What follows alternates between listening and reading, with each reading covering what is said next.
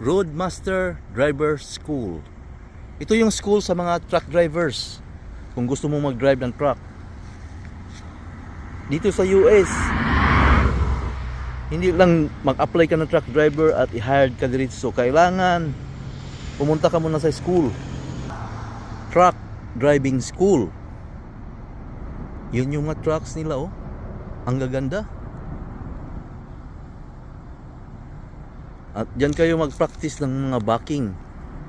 Yan, oh, yung may mga cone.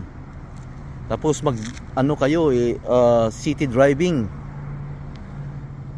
At hindi lang yun basta lang ilagay ka doon sa truck.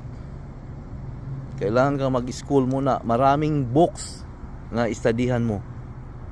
At ewan ko kung magkano ngayon. Yung sa akin noon, year 2000 is 4,500.